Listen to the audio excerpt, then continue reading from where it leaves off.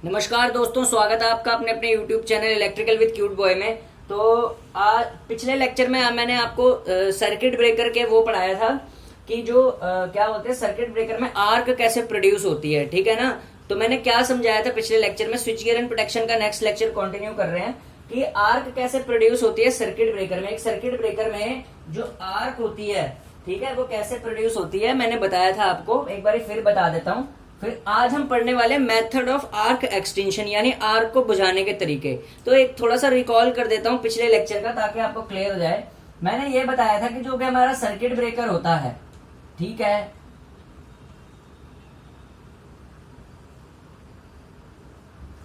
Normal condition पे इसके जो दो कॉन्टैक्ट्स होते हैं, जैसे कि एक हो गया फिक्स्ड कॉन्टैक्ट और एक हो गया मूविंग कॉन्टैक्ट। यदि तो कंडीशन नॉर्मल है, यदि जो हमारी कंडीशन है वो अगर नॉर्मल है, नॉर्मल कंडीशन पे फिक्स्ड कॉन्टैक्ट जो रहेगा और जो मूविंग कॉन्टैक्ट रहेगा वो आपस में क्लोज रहेंगे नॉर्मल कंडीशन पे। यदि फॉल्ट आ जाता है, ठीक है, यदि इन केस कोई फॉल्ट आता है, ये रहा भैया फॉल्ट आ गया हमारा, तो फॉल्ट आने पर क्या होगा, जो फिक्स्ड कॉन्टैक्ट होगा और मूविंग कॉन्टैक्ट होगा ये सेपरेट हो जाते हैं।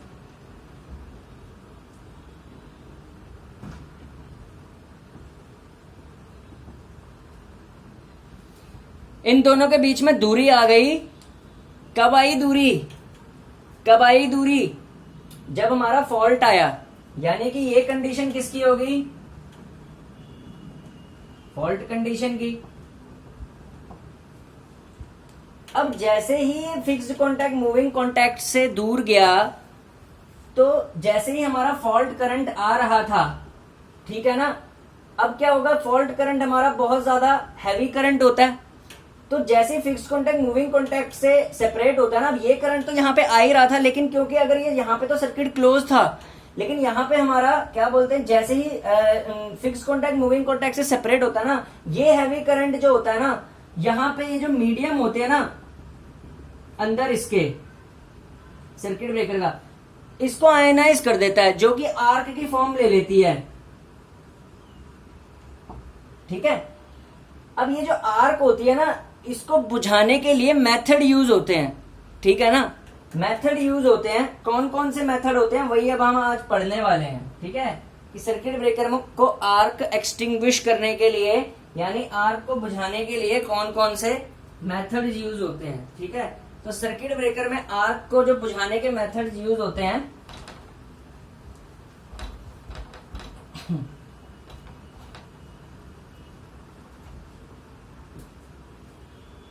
सबसे पहला मेथड जो होता है ना वो होता है बाय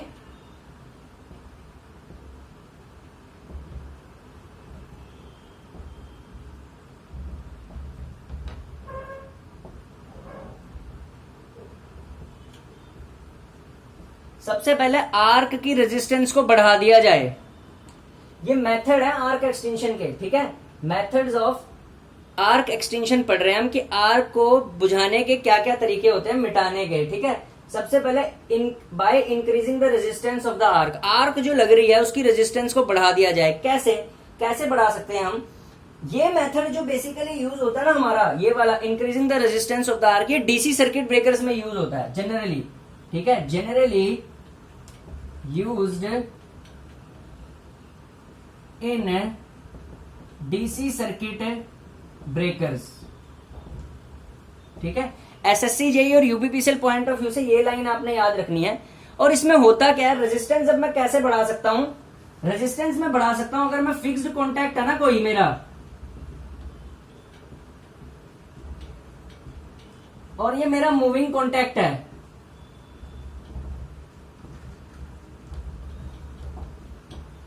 इन दोनों को मैं काफी ज्यादा सेपरेट कर दूं, अगर बहुत दूर ले जाऊं एक दूसरे से, ठीक है, बाय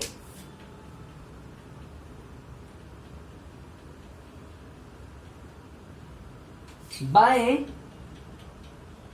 बाय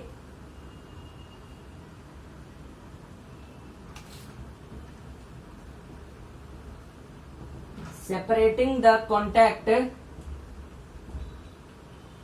सफिशिएंटली।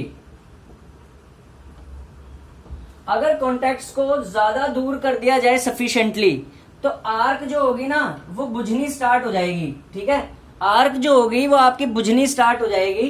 ठीक है ना, बुझनी स्टार्ट हो जाएगी। लेकिन अब हो क्या रहा है, मान लो स्टार्टिंग में मान लो जैसे ही मेरा फॉल्ट आया, ठीक है, जैसे ही मेरा फॉल्ट आया था, पहले आर्क जो थी मेरी वो यहां पे लगी फॉल्ट आने की वजह से। मैंने क्या किया, पहले मेरे फिक्स्ड और मूविंग कॉन्टैक्ट इतनी दूरी पे थे। अगले स्टेप में मैंने क्या किया, इस फिक्स कॉन्टैक्ट को मैं और दूरी पे ले गया, इस मूविंग कॉन्टैक्ट को मैं और दूरी पे ले गया।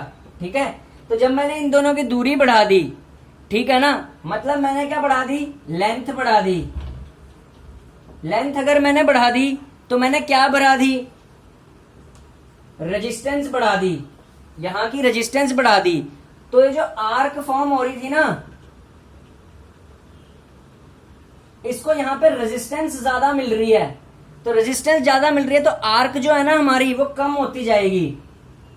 आर्क बेसिकली होती क्या है, आर्क होती है हवा में करंट का बहना, उसको बोलते हैं आर्क। ठीक है, तो ये आर्क जो होगी ना धीरे धीरे वो बुझ जाएगी, एक्सटिंक्ट हो जाएगी।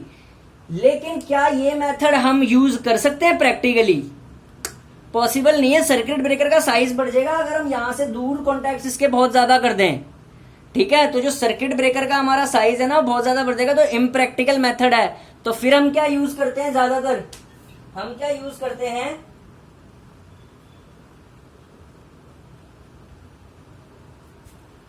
स्प्लिटिंग मेथड को।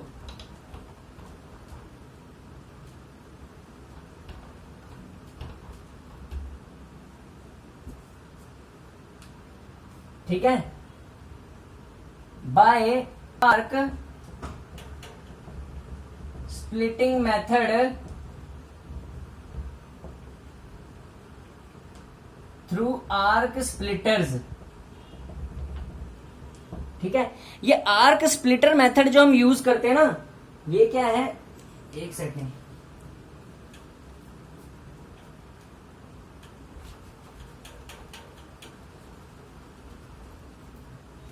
जरा ध्यान दो, थोड़ी साफ राइटिंग में लिखता हूं।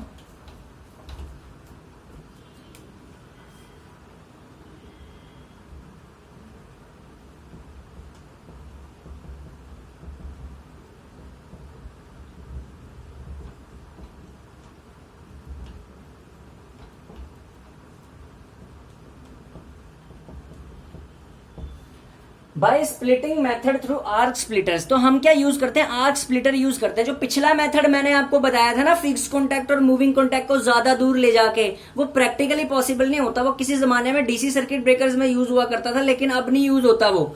ठीक है, क्यों, अब इतनी दूर ले जाएंगे तो ऑब्वियसली बात है, तरीका तो बढ़िया है कि लेंथ बढ़ेगी तो रेजिस्टेंस बढ़ेगी और आर्क जो हमारी होगी उसको ऑपोजिशन मिलेगी और आर्क जो होगी हमारी बुझ जाएगी। लेकिन ये प्रैक्टिकली पॉसिबल नहीं होता, तो हम क्या करते हैं, स्प्लिटिंग मेथड यूज करते हैं आर्क स्प्लिटर्स को यूज करके। ये आर्क स्प्लिटर मेथड में क्या होता है, आर्क को ना हम in this method,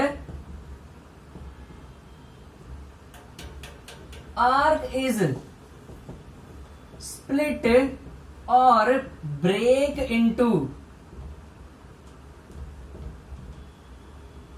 smaller parts. ठीक है, इस मेथड में हम क्या करते हैं, स्प्लिटिंग वाले मेथड में, कि आर्क को ना हम ब्रेक कर देते हैं स्मॉल पार्ट्स में। आर्क इज स्प्लिटेड और break into the smaller parts. जो आर्क होती है ना हमारी, उसको हम स्मॉलर पार्ट्स में ब्रेक कर देते हैं, स्प्लिट कर देते हैं। ठीक है ना, ठीक है ना। इसकी वजह से क्या होती है, जो रेजिस्टेंस होती है ना हमारी, स्प्लिट करने की वजह से छोटे छोटे पार्ट्सों में रेजिस्टेंस बढ़ जाती है, इंक्रीज हो जाती है, and the arc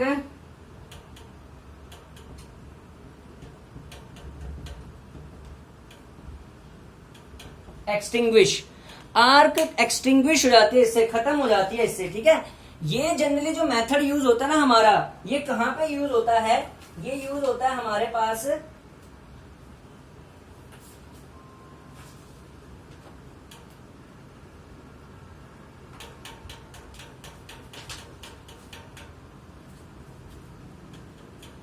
cross jet explosion plot circuit breakers में यूज होता है ये जनरली, ये वाला मेथड जो यूज होता है। ठीक है, इसमें क्या होता है, जैसे हमारा कोई फिक्स्ड कॉन्टैक्ट है इधर, ठीक है, और इधर है हमारे पास मूविंग कॉन्टैक्ट।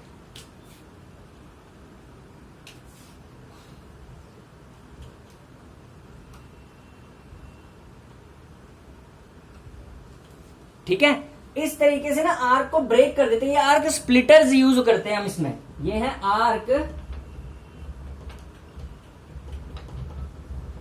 स्प्लिटर्स। ठीक है, आर्क स्प्लिटर्स। ठीक है,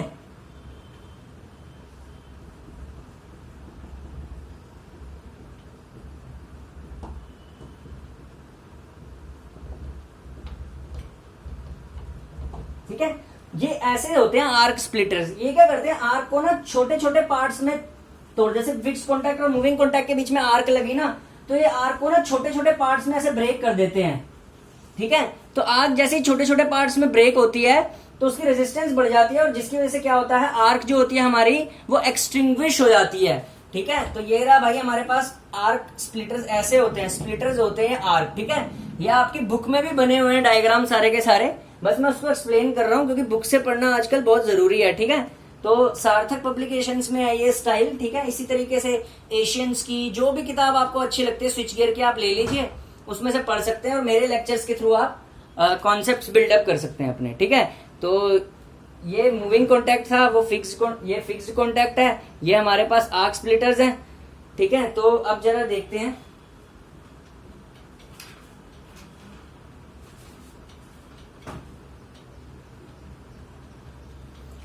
नेक्स्ट मेथड जो होता है,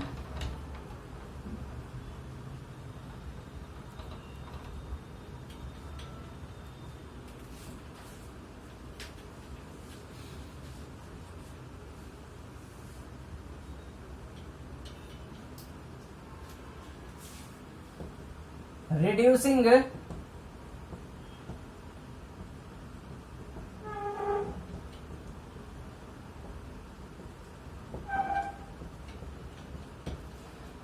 reducing cross sectional area of the arc. यदि आर्क का क्रॉस सेक्शनल एरिया रिड्यूस कर दिया, ये नेक्स्ट मेथड है। ठीक है, यदि आर्क का क्रॉस सेक्शनल एरिया मैंने रिड्यूस कर दिया तो रेजिस्टेंस हमारी बढ़ जाएगी आर्क की, तो आर्क जो हमारी हो जाएगी वो एक्सटिंग्विश हो जाएगी, डाउन हो जाएगी। ठीक है, अब ये क्रॉस सेक्शनल एरिया में क्या होता है, इसमें हम क्या करते हैं, जो हमारा कॉन्टैक्ट एरिया होता है सर्किट ब्रेकर का,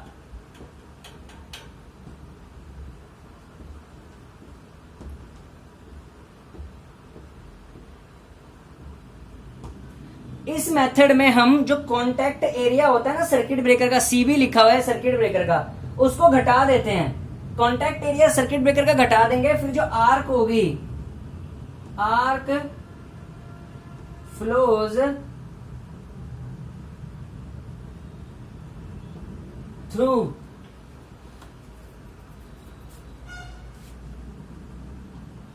a small area and resistance is increased.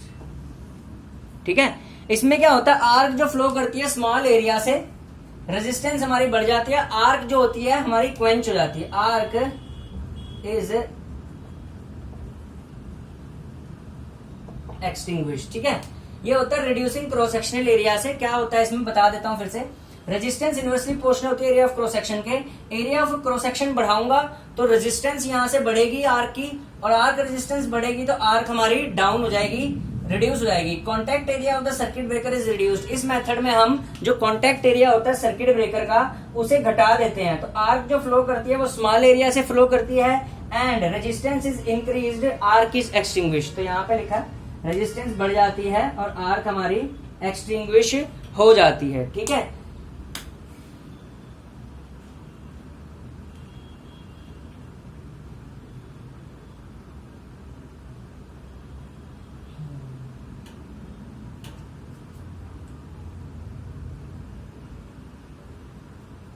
Next method होता है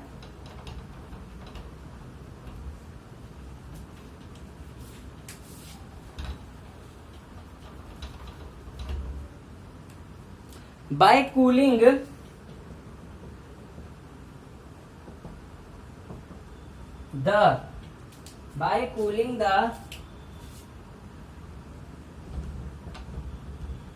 resistance of the आर्क की जो रेजिस्टेंस है उसको मैं कूल कर दूं, ठंडा कर दूं। ठीक है, ये कैसे होता है?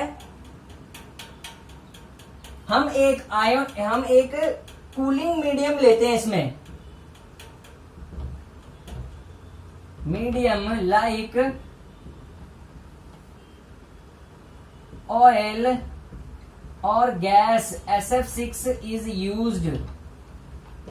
ठीक है,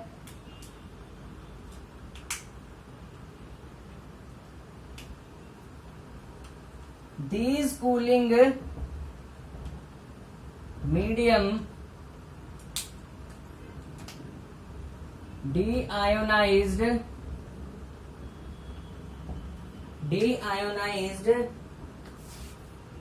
the medium